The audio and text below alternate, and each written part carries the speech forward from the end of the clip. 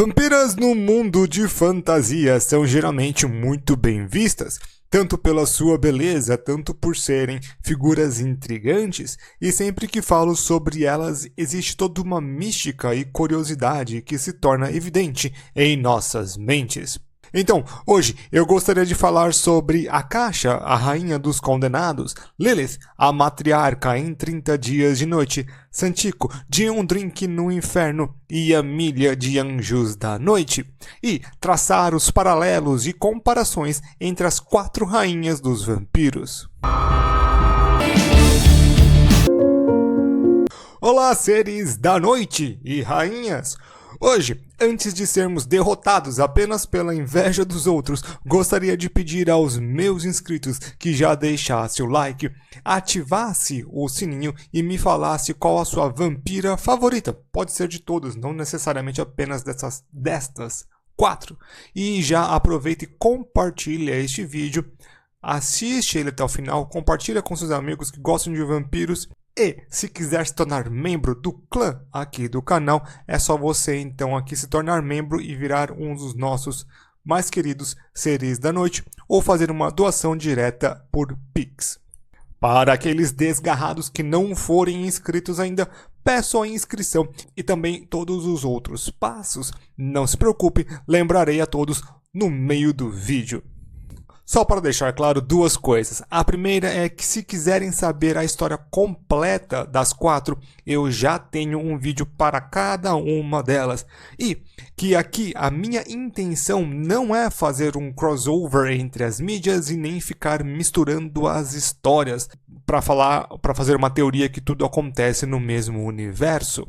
E sim para comparar as vampiras e entender cada uma delas de forma mais profunda e interessante. Na minha opinião, eu sei que eu sempre falo esse tipo de coisa, mas tem muita gente por aí que fica nessas ideias que, na minha opinião, não faz sentido nenhum, pois vai totalmente contra o respeito para cada autor, o que é extremamente importante para mim. Como se transformaram? Quando olhamos para os diversos tipos de vampiros, uma das coisas mais fascinantes em todas elas é que seria da origem destes monstros bebedores de sangue. São as suas origens, tanto o evento que os transformou, assim como a fonte de seus poderes, que geralmente de forma conjunta nos dão um bom entendimento da história do mundo e dos vampiros, aqui neste caso, das vampiras. Aqui, as nossas 4 figuras têm a possibilidade de serem lendas divinas ou infernais, ideias que podem transcender toda a ideia de apenas vampiras comuns, e sim ir para um outro nível. Vamos então estudar a origem delas. Santico, olha gente, eu sei que meu espanhol não é melhor, mas vamos de Santico, tá? Santico nasceu do relacionamento entre um mortal e uma vampira, sendo então uma Dhampir chamada de Esmeralda, que passou por grandes abusos físicos e verbais da parte de seu pai. Porém, na sua adolescência para a vida adulta, encontra com seu destino e sua família antiga, passando por um ritual para se tornar uma vampira completa, ou melhor dizendo, uma culebra.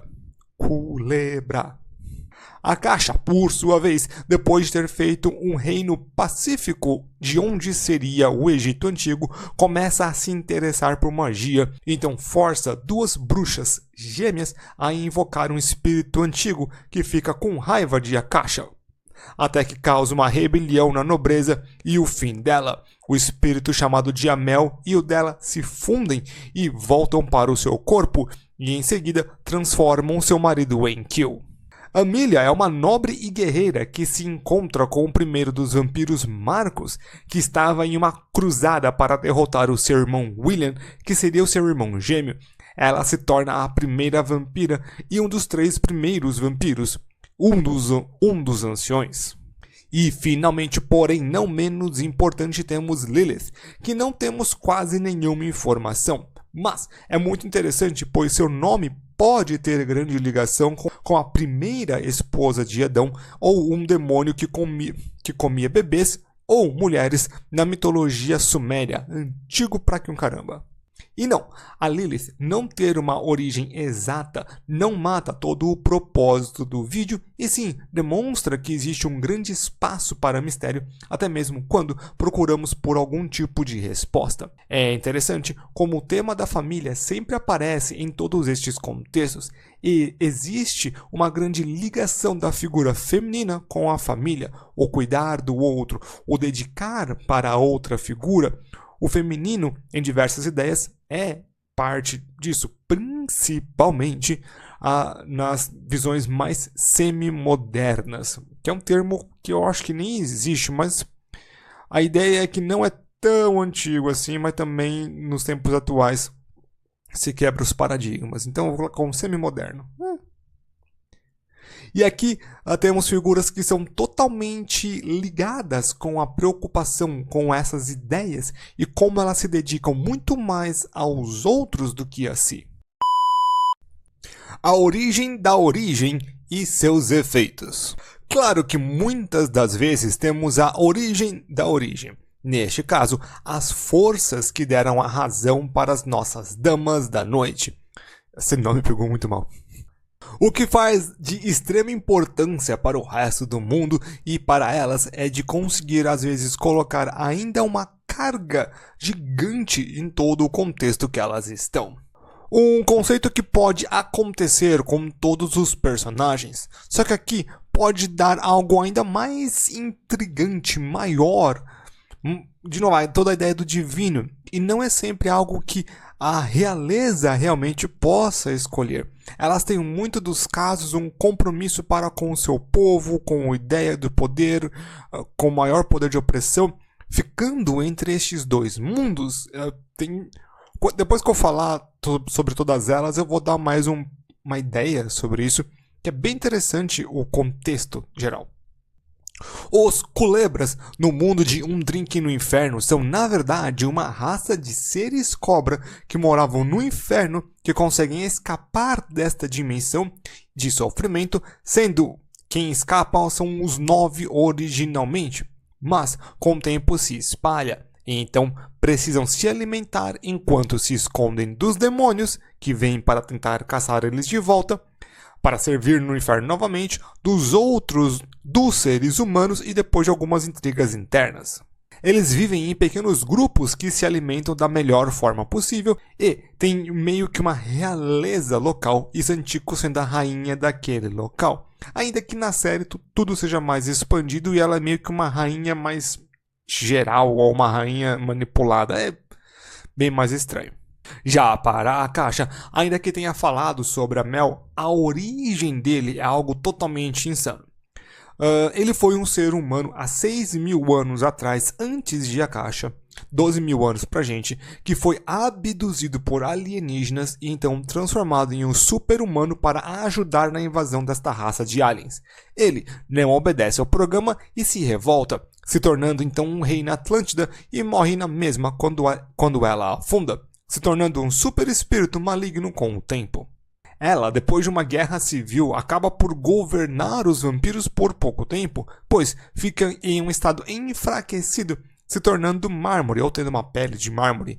Ainda assim, a presença dela que mantém os vampiros vivos, pois se ela for destruída de alguma forma, todos os seres da noite se vão junto. Amelia é a mais pé no chão de todas até o momento, tendo em vista demônios, cobras e super espíritos de alienígenas. Ela é infectada com uma anomalia genética vírus que, ao absorver aspectos de uma doença antiga e um morcego, por um irmão que está tentando conter o outro...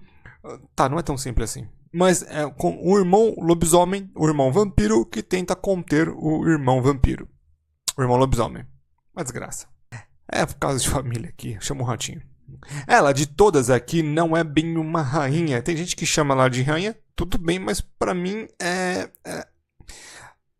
sabe, ela teria que dividir o seu poder, até mesmo em seu núcleo de domínio. Ainda que todos os anciões, ela é quem mais tem influência, devido ao seu modo mais amável de governar. Amável para os vampiros, né? Os Lycans que se explodam. E voltamos para Lilith, onde ainda que não tenha criado uma resposta desde a última vez que eu falei dela, neste mesmo vídeo, quero deixar claro que isso é um ótimo contexto, em alguns casos, para se criar uma aura de mistério e também do não saber. Um dos grandes autores de terror de todos os tempos, na minha opinião, usava isso como uma grande arma, o medo do desconhecido. É claro que eu estou falando de Lovecraft. Com isso, quero dizer que os vampiros em 30 Dias de Noite são Lovecraftianos? Não necessariamente, mas sem uma resposta exata para o papel de Lilith como a rainha dos vampiros fica mais sombrio. Ela controla todos eles com um punho de aço e muito sadismo. Ela usa todos os vampiros para coisas horríveis, apenas para brincar com os seres humanos, e podemos ver o mesmo em suas crias. Quando analisamos muitas das mitologias mais draculianas, por falta de uma palavra melhor, a questão de escolha e busca de poder ou vingança é sempre presente. E aqui temos muito mais a ideia de consequências de atos que decorrem de suas ações, ainda que às vezes essas consequências são muito exageradas. E colocando uma volta total, nós temos a ideia de Lilith e a demonização da figura feminina em tempos antigos, algumas vezes nem tanto, que é um assunto fascinante, onde se você presta atenção em muitos dos mitos, muitos dos monstros da antiguidade são figuras femininas em asas que vão pegar as pessoas durante a noite, com antropomórficos que tem peças de animal, arpias, medusas. Eu sei que eu estou falando de muita mitologia grega, mas a mitologia grega ela é influente e ela tem aspectos de outras mitologias ao redor do mundo. Então, tem toda essa ideia que é um tipo de um delírio das pessoas para colocar essa demonização na mulher, ainda que não, às vezes nem se chama-se demonização, mas estou falando de colocar essa malignidade na figura feminina, e nem sempre essa figura feminina quer todo esse mal. Um exemplo clássico é da Atena, que foi lá e transformou a mulher lá que tecia melhor do que ela em aranha, sabe? De graça. Então tem todo a Medusa, a história da Medusa é horrível. Ela sofre abuso, ela é a vítima de toda a história e ainda se transforma num monstro. E depois se torna um troféu pro Perseu. Então, tem todo um lado aí disso que eu acho que tem que ser muito bem analisado.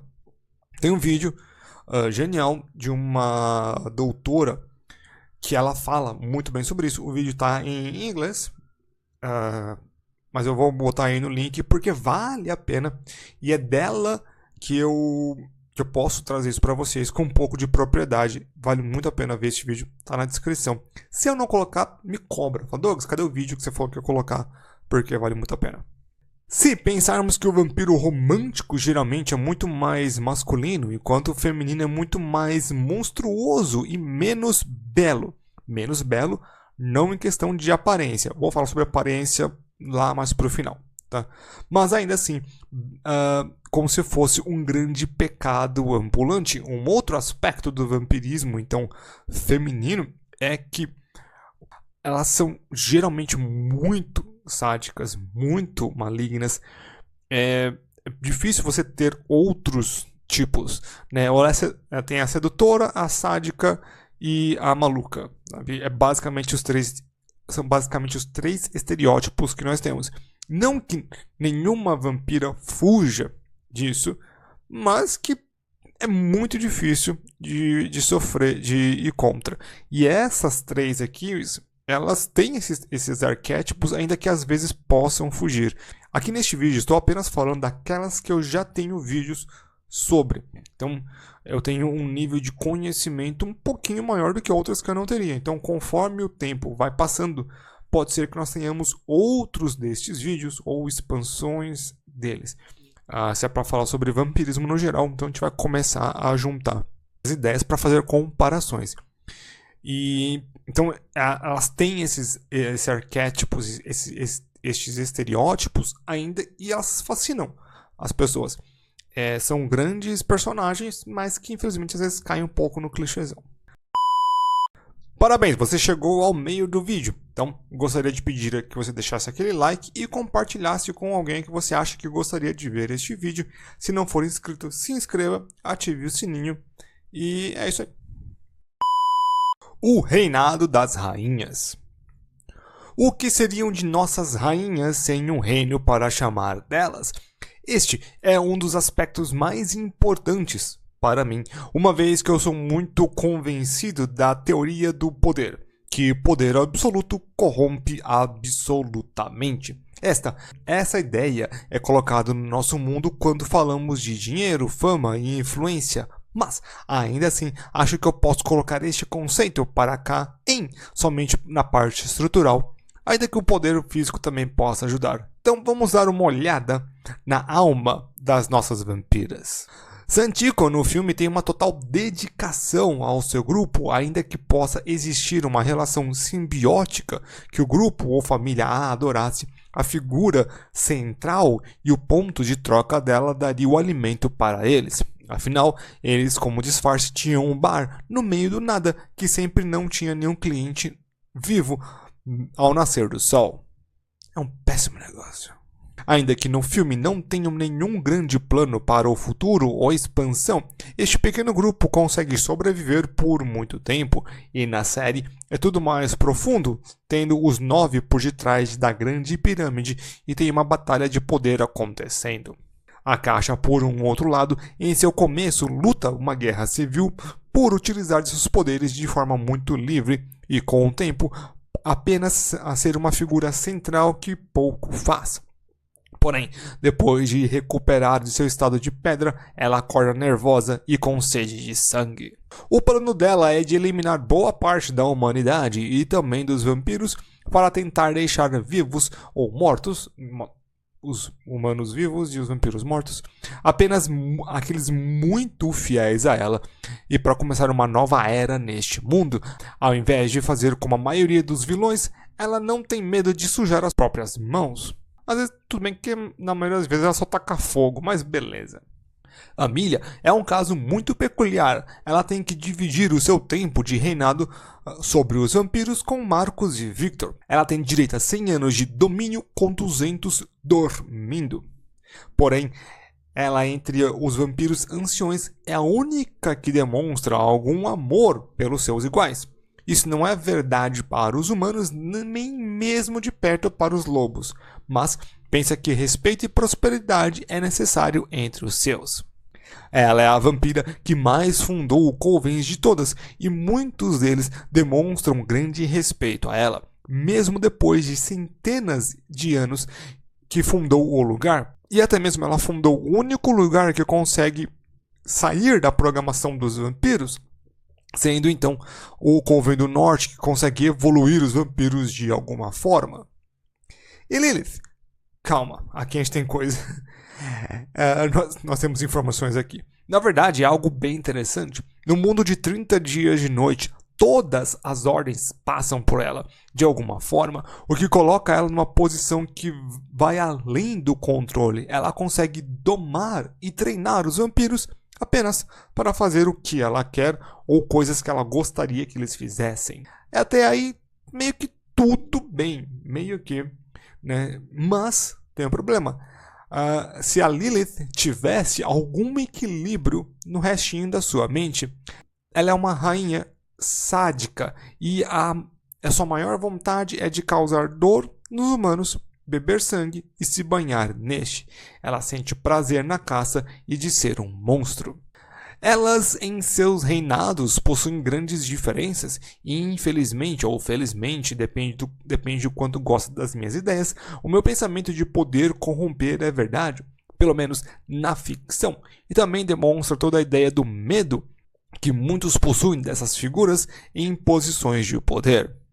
Não que isso fosse totalmente pensado, mas elas usam de suas ferramentas para ganhos pessoais de várias formas. Ainda que a Milha demonstrasse o amor entre todos os seus, isso pois a guerra contra os lobos, ela ganhou grande raiva dessas criaturas e achava que os vampiros juntos pudessem ser melhores. Elas reinam de formas diferentes, porém elas conseguem ter grande encaixe nestes mundos. Elas são muito peculiares nos meios de controle e simbioticidade. Querendo ou não, um rei que não vai ter uma simbioticidade, ou uma rainha, aqui neste caso, é muito difícil de se manter. Ainda que você pense que em tempos antigos isso era normal, as criaturas da noite já é uma questão um pouco diferente. É preciso ter algum tipo de controle maior do que apenas mandar e poder físico. Você precisa saber lidar com as situações. Afinal de contas, o vampiro que continua ignorante por milhares de anos é muito mais difícil. Não que não exista. E finalmente chegamos ao final, o melhor amigo de Jim Morrison. E também é aqui que vemos o final de nossas realezas das vampiras. E tenho que dizer que a derrota de monstros geralmente são grandes pontos de contenção para todos, principalmente para personagens tão amadas, e assim acho muito complicado um fim digno para elas. Mas, é como eu sempre digo, foi assim que aconteceu. Existe toda a ideia de que, para mim, quanto maior é a obra, mais difícil é o seu final. Você ter uma obra muito grande, o final ele muito difícil de ser bom. O começo de uma história é interessante, mas o final dela ela marca. Tem séries, né, tipo Game of Thrones, que foram muito boas até certo ponto, decaíram de qualidade em alguns outros, mas o final foi tipo acordado, foi onde arrebentou a represa. Então, Santico tem o seu fim quando o personagem de George Clooney atira em um lustre e causa o palamento da nossa Bella. O que foi um tanto de... O que foi uma piada, vamos colocar assim, pelo seu status de rainha e soberba em achar que nada aconteceria com ela, quanto um meio tanto bizarro de terminar com uma personagem que seria tão forte. A caixa de todas desta lista é para mim quem mais tem um final que eu diria como poético.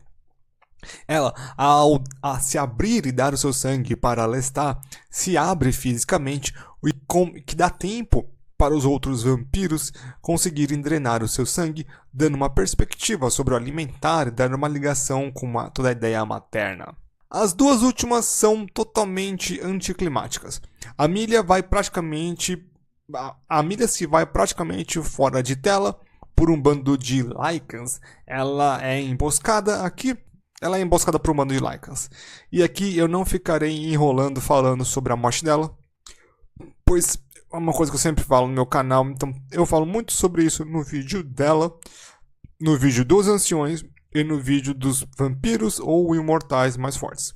Lá você vai encontrar muito mais informação. Eu não vou ficar esticando esse vídeo aqui, tá bom? E finalmente Lilith, que é realmente a mais estranha. Ela é derrotada por uma humana que se esconde em uma banheira de sangue. E tem a sua cabeça cortada. Não tem muito. Creio que o péssimo fim dos vilões é algo que se aplica para muitas das obras de monstros. Creio que sejam poucos os monstros, principalmente vampiros, que tenham um final que eu diria que seria digno. E infelizmente, o final delas demonstra muito bem que a pressa em criar uma figura divina geralmente não se sustenta para o final delas. Bem,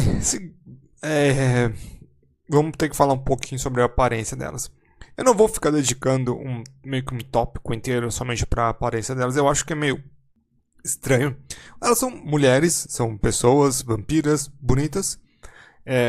Ficar, martelando somente na aparência delas, querendo tirar coisas dessa parte. Eu até pensei em fazer, mas não achei que ficaria uma estrutura interessante.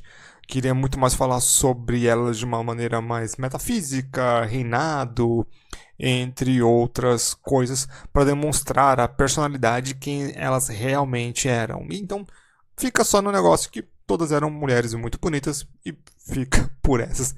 Não vou ficar me focando nesses aspectos rasos.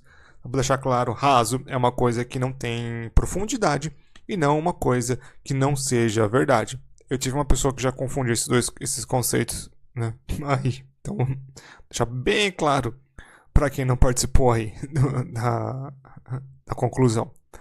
Bem, meu povo, é isso aí. Muitíssimo obrigado por terem chegado até aqui. Espero que tenham gostado desse vídeo. Foi uma ideia bem interessante. A primeira vez neste canal que eu estou misturando as coisas, né? Eu estou misturando as piparolas. Estou fazendo comparação entre elas.